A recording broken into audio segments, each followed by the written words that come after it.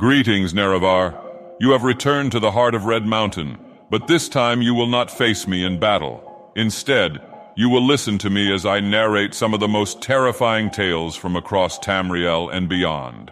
Tales of horror, madness, and betrayal that will chill your blood and haunt your dreams. These are the stories that I have collected over the centuries, waiting for the day when you would come back to me. Welcome to Dagoth Ur's Creepypasta Corner. Are you ready to hear the truth? Tonight's story is the third and final chapter of a three-part tale. I recommend you watch the previous 2 episodes before continuing on. No one dared to remove the apple lodged in Gregor's flesh, so it remained there as a visible reminder of his injury. He had suffered it there for more than a month, and his condition seemed serious enough to remind even his father that Gregor, despite his current sad and revolting form, was a family member who could not be treated as an enemy. On the contrary, as a family, there was a duty to swallow any revulsion for him and to be patient, just to be patient. Because of his injuries, Gregor had lost much of his mobility, probably permanently. He had been reduced to the condition of an ancient invalid, and it took him long minutes to crawl across his room. Crawling over the ceiling was out of the question. But this deterioration in his condition was fully, in his opinion, made up for by the door to the living room being left open every evening. He got into the habit of closely watching it for 1 or 2 hours before it was opened, and then, lying in the darkness of his room where he could not be seen from the living room, he could watch the family in the light of the dinner table and listen to their conversation. With everyone's permission, in a way, and thus quite differently from before. They no longer held the lively conversations of earlier times, of course, the ones that Gregor always thought about with longing when he was tired and getting into the damp bed in some small hotel room. All of them were usually very quiet nowadays. Soon after dinner, his father would go to sleep in his chair. His mother and sister would urge each other to be quiet. His mother, bent deeply under the lamp, would sew fancy underwear for a fashion shop. His sister, who had taken a sales job, learned shorthand and French in the evening so that she might be able to get a better position later on. Sometimes his father would wake up and say to Gregor's mother, "You're doing so much sewing again today," as if he did not know that he had been dozing. And then he would go back to sleep again while mother and sister would exchange a tired grin. With a kind of stubbornness, Gregor's father refused to take his uniform off even at home. While his nightgown hung unused on its peg, Gregor's father would slumber where he was, fully dressed, as if always ready to serve and expecting to hear the voice of his superior even here. The uniform had not been new to start with, but as a result of this, it slowly became even shabbier despite the efforts of Gregor's mother and sister to look after it. Gregor would often spend the whole evening looking at all the stains on this coat, with its gold buttons always kept polished and shiny, while the old man in it would sleep, highly uncomfortable but peaceful. As soon as it struck 10, Gregor's mother would speak gently to his father to wake him and try to persuade him to go to bed, as he couldn't sleep properly where he was, and he really had to get his sleep if he was to be up at 6 to get to work. But since he had been in work, he had become more obstinate and would always insist on staying longer at the table, even though he regularly fell asleep, and it was then harder than ever to persuade him to exchange the chair for his bed. Then, however much mother and sister would importune him with little reproaches and warnings, he would keep slowly shaking his head for a quarter of an hour with his eyes closed and refusing to get up. Gregor's mother would tug at his sleeve, whisper endearments into his ear.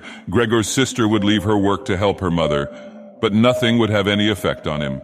He would just sink deeper into his chair. Only when the 2 women took him under the arms, he would abruptly open his eyes, look at them one after the other, and say, "What a life! This is what peace I get in my old age." And supported by the 2 women, he would lift himself up carefully as if he were carrying the greatest load himself. Let the women take him to the door, send them off and carry on by himself, while Gregor's mother would throw down her needle and his sister her pen so that they could run after his father and continue being of help to him. Who, in this tired and overworked family, would have had time to give more attention to Gregor than was absolutely necessary? The household budget became even smaller, so now the maid was dismissed. An enormous, thick-boned charwoman with white hair that flapped around her head came every morning and evening to do the heaviest work. Everything else was looked after by Gregor's mother on top of the large amount of sewing work she did. Gregor even learned listening to the evening conversation about what price they had hoped for, that several items of jewelry belonging to the family had been sold, even though both mother and sister had been very fond of wearing them at functions and celebrations. But the loudest complaint was that although the flat was much too big for their present circumstances, they could not move out of it. There was no imaginable way of transferring Gregor to the new address. He could see quite well, though, that there were more reasons than consideration for him that made it difficult for them to move.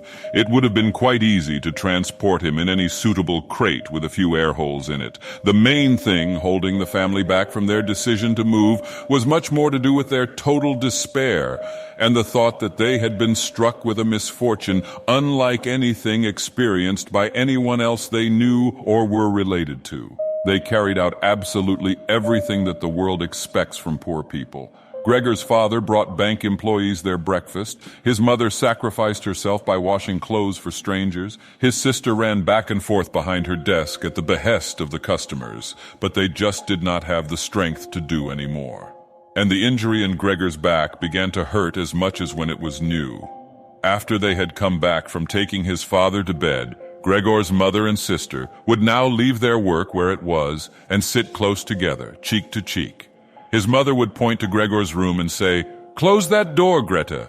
And then, when he was in the dark again, they would sit in the next room and their tears would mingle. Or they would simply sit there staring dry-eyed at the table. Gregor hardly slept at all, either night or day. Sometimes he would think of taking over the family's affairs, just like before, the next time the door was opened. He had long forgotten about his boss and the chief clerk, but they would appear again in his thoughts. The salesman and the apprentices. That stupid T-boy. 2 or 3 friends from other businesses. One of the chambermaids from a provincial hotel. A tender memory that appeared and disappeared again. A cashier from a hat shop for whom his attention had been serious but too slow. All of them appeared to him, mixed together with strangers and others he had forgotten. But instead of helping him and his family, they were all of them inaccessible, and he was glad when they disappeared. Other times he was not at all in the mood to look after his family. He was filled with simple rage about the lack of attention he was shown, and although he could think of nothing he would have wanted, he made plans of how he could get into the pantry where he could take all the things he was entitled to, even if he was not hungry. Gregor's sister no longer thought about how she could please him, but would hurriedly push some food or other into his room with her foot before she rushed out to work in the morning and at midday. And in the evening she would sweep it away again with the broom, indifferent as to whether it had been eaten or, more often than not, had been left totally untouched. She still cleared up the room in the evening, but now she could not have been any quicker about it. Smears of dirt were left on the walls. Here and there were little balls of dust and filth. At first, Gregor went into one of the worst of these places when his sister arrived as a reproach to her. But he could have stayed there for weeks without his sister doing anything about it. She could see the dirt as well as he could, but she had simply decided to leave him to it. At the same time, she became touchy in a way that was quite new for her and which everyone in the family understood. Cleaning up Gregor's room was for her and her alone. Gregor's mother did once thoroughly clean his room and needed to use several bucketfuls of water to do it, although that much dampness also made Gregor ill, and he lay flat on the couch, bitter and immobile. But his mother was to be punished still more for what she had done, as hardly had his sister arrived home in the evening than she noticed the change in Gregor's room, and highly aggrieved, ran back into the living room where, despite her mother's raised and imploring hands, she broke into convulsive tears. Her father, of course, was startled out of his chair, and the 2 parents looked on astonished and helpless. Then they, too, became agitated. Gregor's father, standing to the right of his mother, accused her of not leaving the cleaning of Gregor's room to his sister. From her left, Gregor's sister screamed at her that she was never to clean Gregor's room again, while his mother tried to draw his father, who was beside himself with anger, into the bedroom. His sister, quaking with tears, thumped on the table with her small fists, and Gregor hissed in anger that no one had even thought of closing the door to save him the sight of this and all its noise. Gregor's sister was exhausted from going out to work, and looking after Gregor as she had done before was even more work for her. But even so, his mother ought certainly not to have taken her place. Gregor, on the other hand, ought not to be neglected. Now, though, the charwoman was here. This elderly widow, with a robust bone structure that made her able to withstand the hardest of things in her long life, wasn't really repelled by Gregor. Just by chance one day, rather than any real curiosity, she opened the door to Gregor's room and found herself face to face with him. He was taken totally by surprise. No one was chasing him, but he began to rush to and fro while she just stood there in amazement with her hands crossed in front of her. From then on, she never failed to open the door slightly every evening and morning and look briefly in on him. At first, she would call to him as she did so with words that she probably considered friendly, such as, "Come on then, you old dung beetle," or "Look at the old dung beetle there." Gregor never responded to being spoken to in that way, but just remained where he was, without moving, as if the door had never even been opened. If only they had told this charwoman to clean up his room every day instead of letting her disturb him for no reason whenever she felt like it. One day, early in the morning, while a heavy rain struck the window panes, perhaps indicating that spring was coming, she began to speak to him in that way once again. Gregor was so resentful of it that he started to move toward her. He was slow and infirm, but it was like a kind of attack. Instead of being afraid, the charwoman just lifted up one of the chairs from near the door and stood there with her mouth open, clearly intending not to close her mouth until the chair in her hand had been slammed down into Gregor's back. "Aren't you coming any closer then?" she asked when Gregor turned round again, and she calmly put the chair back in the corner. Gregor had almost entirely stopped eating. Only if he happened to find himself next to the food that had been prepared for him, he might take some of it into his mouth to play with it, leave it there a few hours, and then, more often than not, spit it out again. At first he thought it was distress at the state of his room that stopped him eating, but he had soon got used to the changes made there. They had got into the habit of putting things into this room that they had no room for anywhere else, and there were now many such things as one of the rooms in the flat had been rented out to 3 gentlemen. These earnest gentlemen, all 3 of them had full beards, as Gregor learned peering through the crack in the door one day, were painfully insistent on things being tidy. This meant not only in their own room, but since they had taken a room in this establishment, in the entire flat and especially in the kitchen. Unnecessary clutter was something they could not tolerate, especially if it was dirty. They had moreover brought most of their own furnishings and equipment with them. For this reason, many things had become superfluous, which, although they could not be sold, the family did not wish to discard. All these things found their way into Gregor's room. The dustbins from the kitchen found their way in there too. The charwoman was always in a hurry, and anything she couldn't use for the time being she would just chuck in there. He, fortunately, would usually see no more than the object and the hand that held it. The woman most likely meant to fetch the things back out again when she had time and the opportunity, or to throw everything out in one go. But what actually happened was that they were left where they landed when they had first been thrown, unless Gregor made his way through the junk and moved it somewhere else. At first, he moved it because, with no other room free where he could crawl about, he was forced to. But later on, he came to enjoy it, although moving about in that way left him sad and tired to death, and he would remain immobile for hours afterwards. The gentleman who rented the room would sometimes take their evening meal at home in the living room that was used by everyone, and so the door to this room was often kept closed in the evening. But Gregor found it easy to give up having the door open. He had, after all, often failed to make use of it when it was open, and without the family having noticed it, lain in his room in its darkest corner. One time, though, the charwoman left the door to the living room slightly open, and it remained open when the gentleman who rented the room came in the evening and the light was put on. They sat up at the table where formerly Gregor had taken his meals with his father and mother. They unfolded the serviettes and picked up their knives and forks. Gregor's mother immediately appeared in the doorway with a dish of meat, and soon behind her came his sister with a dish piled high with potatoes. The food was steaming and filled the room with its smell. The gentleman bent over the dishes set in front of them as if they wanted to test the food before eating it, and the gentleman in the middle, who seemed to count as an authority for the other two, did indeed cut off a piece of meat while it was still in its dish, clearly wishing to establish whether it was sufficiently cooked or whether it should be sent back to the kitchen. It was to his satisfaction, and Gregor's mother and sister, who had been looking on anxiously, began to breathe again and smiled. The family themselves ate in the kitchen. Nonetheless, Gregor's father came into the living room before he went into the kitchen, bowed once with his cap in his hand, and did his round of the table. The gentlemen stood as one and mumbled something into their beards. Then, once they were alone, they ate in near perfect silence.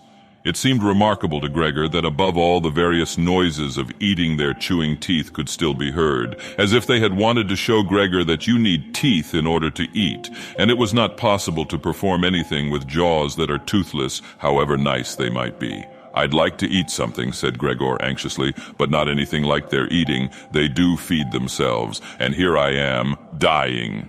Throughout all this time, Gregor could not remember having heard the violin being played. But this evening it began to be heard from the kitchen. The three gentlemen had already finished their meal, the one in the middle had produced a newspaper, given a page to each of the others, and now they leant back in their chairs, reading them and smoking. When the violin began playing, they became attentive, stood up and went on tiptoe over to the door of the hallway where they stood pressed against each other. Someone must have heard them in the kitchen, as Gregor's father called out, "Is the playing perhaps unpleasant for the gentlemen? We can stop it straight away." "On the contrary," said the middle gentleman, "would the young lady not like to come in and play for us here in the room, where it is, after all, much more cozy and comfortable?" "Oh yes, we'd love to," called back Gregor's father, as if he had been the violin player himself. The gentleman stepped back into the room and waited. Gregor's father soon appeared with the music stand, his mother with the music, and his sister with the violin. She calmly prepared everything for her to begin playing. His parents, who had never rented a room out before and therefore showed an exaggerated courtesy towards the three gentlemen, did not even dare to sit on their own chairs. His father leant against the door with his right hand pushed in between two buttons on his uniform coat. His mother, though, was offered a seat by one of the gentlemen and sat, leaving the chair where the gentleman happened to have placed it, out of the way in a corner. His sister began to play. Father and mother paid close attention, one on each side, to the movements of her hands. Drawn in by the playing, Gregor had dared to come forward a little and already had his head in the living room. Before, he had taken great pride in how considerate he was, but now it hardly occurred to him that he had become so thoughtless about the others. What's more, there was now all the more reason to keep himself hidden, as he was covered in the dust that lay everywhere in his room and flew up at the slightest movement. He carried threads, hairs, and remains of food about on his back and sides. He was much too indifferent to everything now to lay on his back and wipe himself on the carpet like he had used to do several times a day. And despite this condition, he was not too shy to move forward a little onto the immaculate floor of the living room. No one noticed him, though. The family was totally preoccupied with the violin playing. At first, the three gentlemen had put their hands in their pockets and come up far too close behind the music stand to look at all the notes being played, and they must have disturbed Gregor's sister. But soon, in contrast with the family, they withdrew back to the window with their heads sunk and talking to each other at half volume, and they stayed by the window while Gregor's father observed them anxiously. It really now seemed very obvious that they had expected to hear some beautiful or entertaining violin playing, but had been disappointed that they had had enough of the whole performance, and it was only now out of politeness that they allowed their peace to be disturbed. It was especially unnerving, the way they all blew the smoke from their cigarettes upwards from their mouth and noses. Yet Gregor's sister was playing so beautifully. Her face was leant to one side, following the lines of music with a careful and melancholy expression. Gregor crawled a little further forward, keeping his head close to the ground so that he could meet her eyes if the chance came. Was he an animal if music could captivate him so? It seemed to him that he was being shown the way to the unknown nourishment he had been yearning for. He was determined to make his way forward to his sister and tug at her skirt to show her she might come into his room with her violin, as no one appreciated her playing here as much as he would. He never wanted to let her out of his room, not while he lived anyway. His shocking appearance should, for once, be of some use to him. He wanted to be at every door of his room at once to hiss and spit at the attackers. His sister should not be forced to stay with him, though, but stay of her own free will. She would sit beside him on the couch with her ear bent down to him, while he told her how he had always intended to send her to the conservatory, how he would have told everyone about it last Christmas. Had Christmas really come and gone already? If this misfortune hadn't got in the way and refused to let anyone dissuade him from it. On hearing all this, his sister would break out in tears of emotion, and Gregor would climb up to her shoulder and kiss her neck, which, since she had been going out to work, she had kept free without any necklace or collar. "Mr. Samsa!" shouted the middle gentleman to Gregor's father, pointing without wasting any more words with his forefinger at Gregor as he slowly moved forward. The violin went silent. The middle of the three gentlemen first smiled at his two friends, shaking his head, and then looked back at Gregor. His father seemed to think it more important to calm the three gentlemen before driving Gregor out, even though they were not at all upset, and seemed to think Gregor was more entertaining than the violin playing had been. He rushed up to them with his arms spread out and attempted to drive them back into their room at the same time as trying to block their view of Gregor with his body. Now, they did become a little annoyed, and it was not clear whether it was his father's behavior that annoyed them or the dawning realization that they had had a neighbor like Gregor in the next room without knowing it. They asked Gregor's father for explanations, raised their arms like he had, tugged excitedly at their beards, and moved back towards their room only very slowly. Meanwhile, Gregor's sister had overcome the despair she had fallen into when her playing was suddenly interrupted. She had let her hands drop and let violin and bow hang limply for a while, but continued to look at the music as if still playing. But then she suddenly pulled herself together, laid the instrument on her mother's lap, who still sat laboriously struggling for breath where she was, and ran into the next room, which, under pressure from her father, the three gentlemen were more quickly moving toward.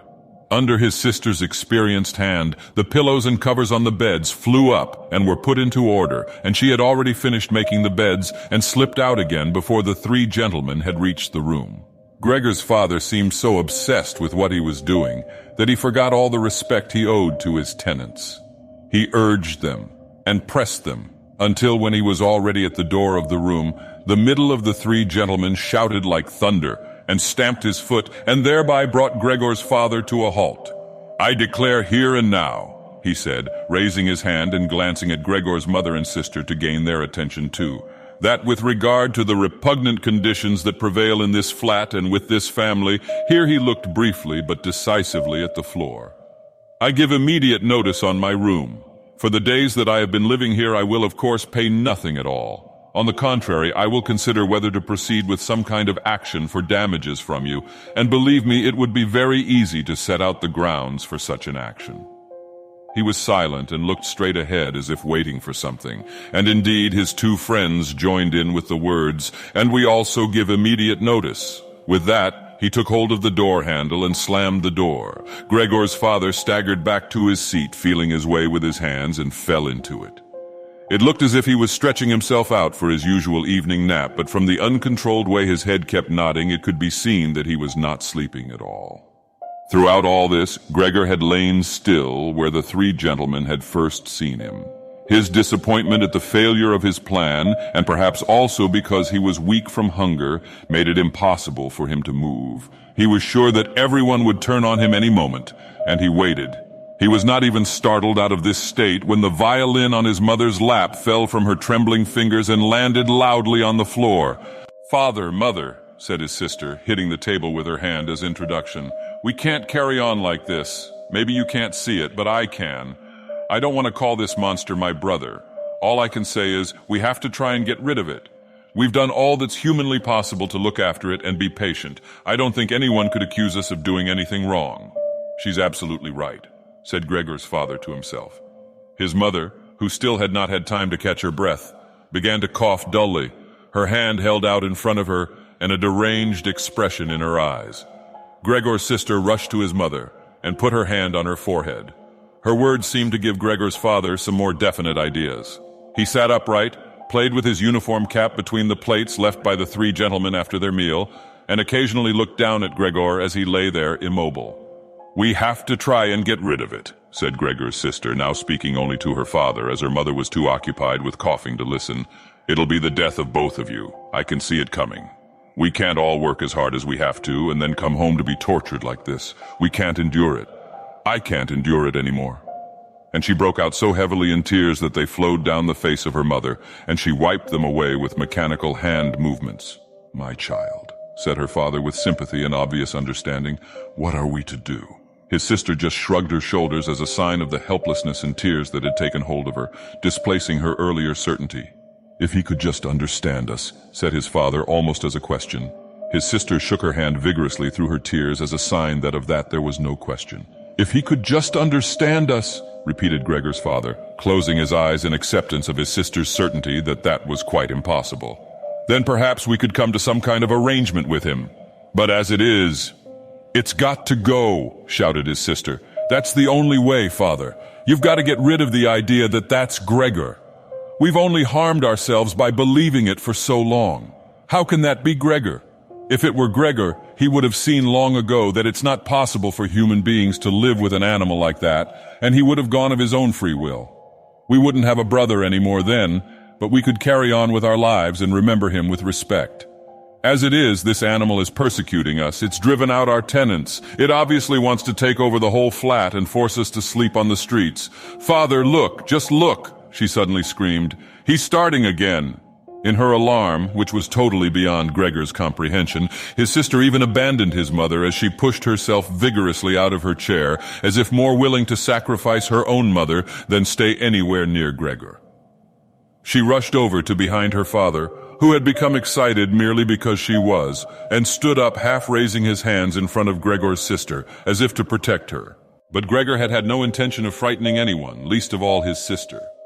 All he had done was begin to turn round so that he could go back into his room, although that was in itself quite startling, as his pain-racked condition meant that turning round required a great deal of effort, and he was using his head to help himself do it, repeatedly raising it and striking it against the floor.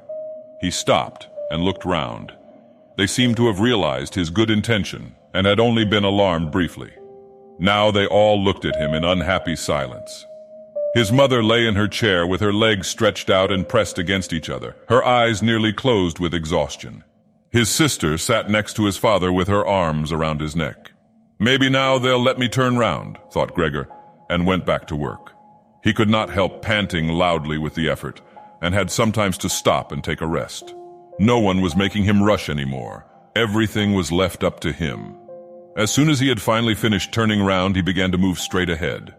He was amazed at the great distance that separated him from his room, and could not understand how he had covered that distance in his weak state a little while before, and almost without noticing it. He concentrated on crawling as fast as he could and hardly noticed that there was not a word, not any cry, from his family to distract him. He did not turn his head until he had reached the doorway. He did not turn it all the way round as he felt his neck becoming stiff. But it was nonetheless enough to see that nothing behind him had changed. Only his sister had stood up. With his last glance, he saw that his mother had now fallen completely asleep. He was hardly inside his room before the door was hurriedly shut, bolted, and locked. The sudden noise behind Gregor so startled him that his little legs collapsed under him. It was his sister who had been in so much of a rush. She had been standing there waiting and sprung forward lightly. Gregor had not heard her coming at all, and as she turned the key in the lock, she said loudly to her parents, "At last!" What now then? Gregor asked himself as he looked round in the darkness. He soon made the discovery that he could no longer move at all. This was no surprise to him. It seemed rather that being able to actually move around on those spindly little legs until then was unnatural. He also felt relatively comfortable. It is true that his entire body was aching, but the pain seemed to be slowly getting weaker and weaker and would finally disappear altogether. He could already hardly feel the decayed apple in his back or the inflamed area around it, which was entirely covered in white dust. He thought back of his family with emotion and love. If it was possible, he felt that he must go away even more strongly than his sister. He remained in this state of empty and peaceful rumination until he heard the clock tower strike 3 in the morning. He watched as it slowly began to get light everywhere outside the window too, Then, without his willing it, his head sank down completely, and his last breath flowed weakly from his nostrils. When the cleaner came in early in the morning, they'd often asked her not to keep slamming the doors, but with her strength and in her hurry she still did, so that everyone in the flat knew when she'd arrived, and from then on it was impossible to sleep in peace. She made her usual brief look-in on Gregor, and at first found nothing special. She thought he was laying there so still on purpose, playing the martyr. She attributed all possible understanding to him. She happened to be holding the long broom in her hand, so she tried to tickle Gregor with it from the doorway. When she had no success with that, she tried to make a nuisance of herself and poked at him a little, and only when she found she could shove him across the floor with no resistance at all did she start to pay attention. She soon realized what had really happened, opened her eyes wide, whistled to herself, but did not waste time to yank open the bedroom doors and shout loudly into the darkness of the bedrooms, "Come and have a look at this! It's dead, just lying there, stone dead!" Mr. and Mrs. Samsa sat upright there in their marriage bed and had to make an effort to get over the shock caused by the cleaner before they could grasp what she was saying. But then, each from his own side, they hurried out of bed. Mr. Samsa threw the blanket over his shoulders. Mrs. Samsa just came out in her nightdress. And that is how they went into Gregor's room. On the way, they opened the door to the living room where Greta had been sleeping since the three gentlemen had moved in. She was fully dressed, as if she had never been asleep, and the paleness of her face seemed to confirm this. "Dead?" asked Mrs. Samsa, looking at the charwoman inquiringly, even though she could have checked for herself and could have known it even without checking. "That's what I said," replied the cleaner, and to prove it she gave Gregor's body another shove with the broom, sending it sideways across the floor. Mrs. Samsa made a movement as if she wanted to hold back the broom, but did not complete it. "Now then," said Mr. Samsa, "let's give thanks to God for that." He crossed himself, and the three women followed his example. Greta, who had not taken her eyes from the corpse, said, "Just look how thin he was. He didn't eat anything for so long. The food came out again just the same as when it went in." Gregor's body was indeed completely dried up and flat. They had not seen it until then, but now he was not lifted up on his little legs, nor did he do anything to make them look away. "Greta, come with us in here for a little while," said Mrs. Samsa with a pained smile, and Greta followed her parents into the bedroom, but not without looking back at the body. The cleaner shut the door and opened the window wide. Although it was still early in the morning, the fresh air had something of warmth mixed in with it. It was already the end of March, after all. The three gentlemen stepped out of their room and looked round in amazement for their breakfasts. They had been forgotten about. "Where is our breakfast?" the middle gentleman asked the cleaner irritably. She just put her finger on her lips and made a quick and silent sign to the men that they might like to come into Gregor's room.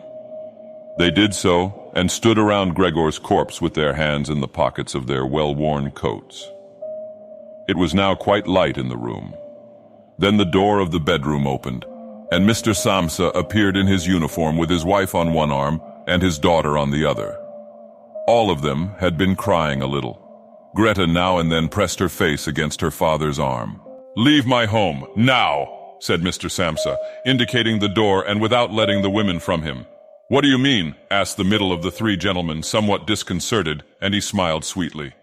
The other two held their hands behind their backs and continually rubbed them together in gleeful anticipation of a loud quarrel which could only end in their favor. "I mean just what I said," answered Mr. Samsa, and with his two companions went in a straight line towards the man. At first he stood there still, looking at the ground, as if the contents of his head were rearranging themselves into new positions. "All right, we'll go then," he said, and looked up at Mr. Samsa, as if he had been suddenly overcome with humility and wanted permission again from Mr. Samsa for his decision. Mr. Samsa merely opened his eyes wide and briefly nodded to him several times. At that, and without delay, the man actually did take long strides into the front hallway. His two friends had stopped rubbing their hands some time before and had been listening to what was being said. Now, they jumped off after their friend as if taken with a sudden fear that Mr. Samsa might go into the hallway in front of them and break the connection with their leader. Once there, all three took their hats from the stand, took their sticks from the holder, bowed without a word, and left the premises. Mr. Samsa and the two women followed them out onto the landing, but they had had no reason to mistrust the men's intentions, and as they leaned over the landing, they saw how the three gentlemen made slow but steady progress down the many steps. As they turned the corner on each floor, they disappeared and would reappear a few moments later.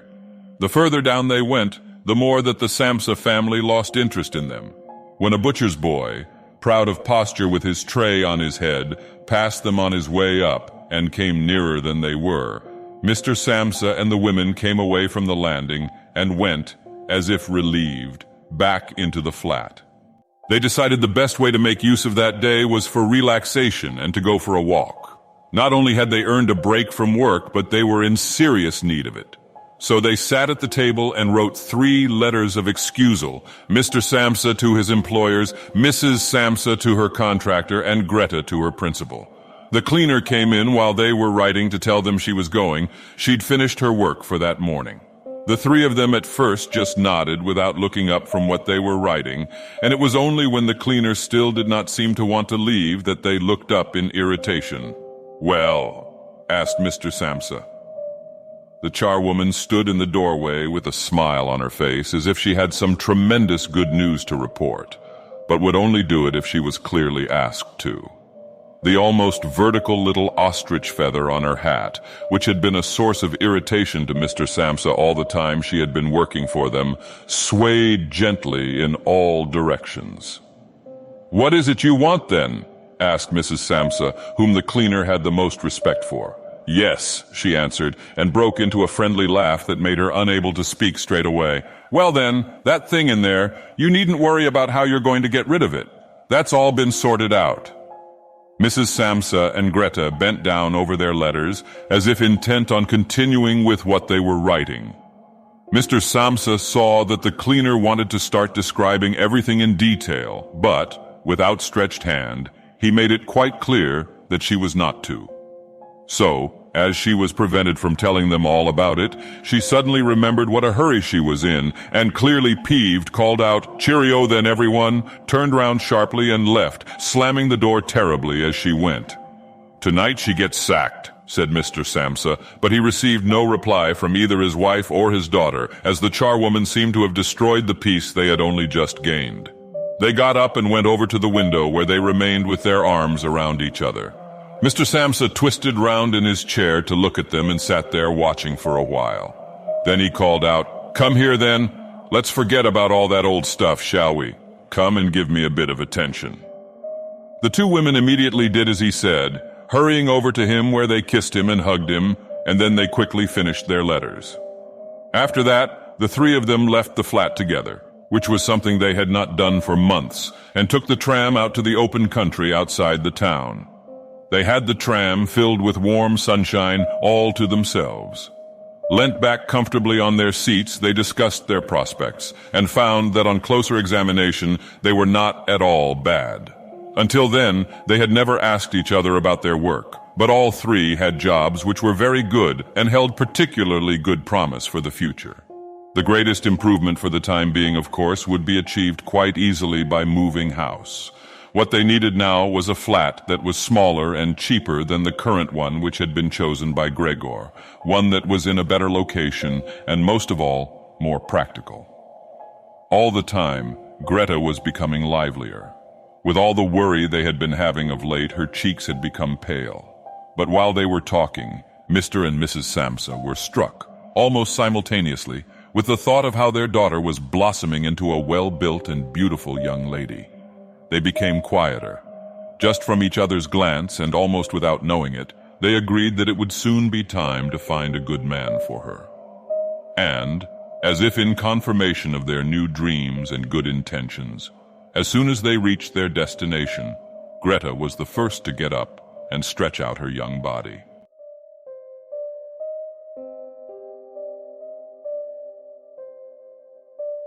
That brings us to the end of our tale, Nerevar. What did you think of the story? Leave a comment down below. Also, if you like the story, leave a thumbs up and subscribe so you're notified of new stories.